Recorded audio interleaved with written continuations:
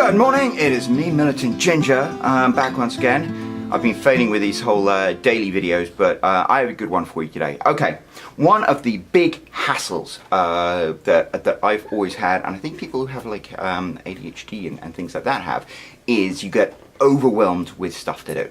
And that's especially when you're in an environment that has a lot of distractions. You can probably see a little distraction hopping around back there. It's difficult to remain focused on things and get things done because you have so many things to do. If you have 10 things to do, if you're working on one, you feel guilty that you're not working on the other 9, so you stop doing that one and go on to something else. What ends up happening is you almost like lock your brain, and instead of doing any of those 10 things you have to do, you do none of them.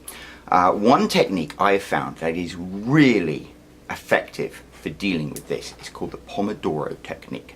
It's something a lot of people in my writing group use, and it's useful for pretty much anything. So the Pomodoro technique is named after the Pomodoro tomato, not the real tomato. It's actually named after an egg timer that was in the shape of a Pomodoro tomato. So whether you're cooking pasta or whether you're cooking eggs or something, you used to get this scrappy little Pomodoro egg timer, and you used to turn it to 2 minutes and go tick, tick, tick, tick, tick, tick, and it would ring, and you know to take your pasta out. The Pomodoro technique will pass your day into different segments of 25 minutes.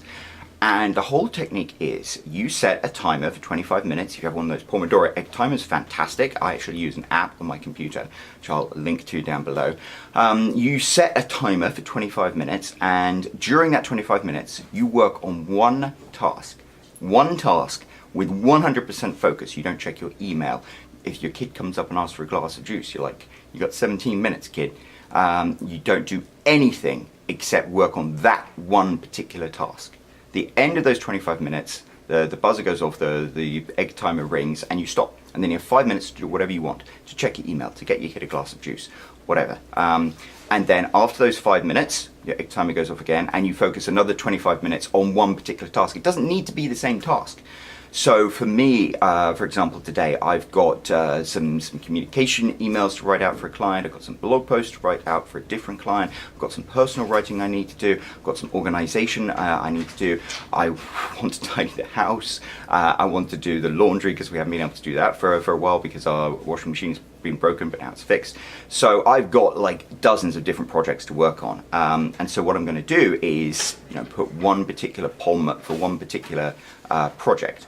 So let's say this morning, the thing I want to get banged out earlier than anything else is going to be these blogs. So I'm going to do 25-minute POM on blogs. At the end of that, 5 minutes, check my email, whatever. And then I'm going to go back to 25 minutes doing this POM on my blogs. And I'm going to do 3 of those, and that should be easily enough time to wrap up that particular project. After you've done 3, some people do 4, you then take a 45-minute break. In which you can do anything you want. You don't need to focus on that, and that's the time I'm going to focus on cleaning, because cleaning's kind of like mindless and therapeutic. I like that. And then you go back to doing more POMs, and theoretically you can do 2 POMs and the 2 5-minute breaks an hour.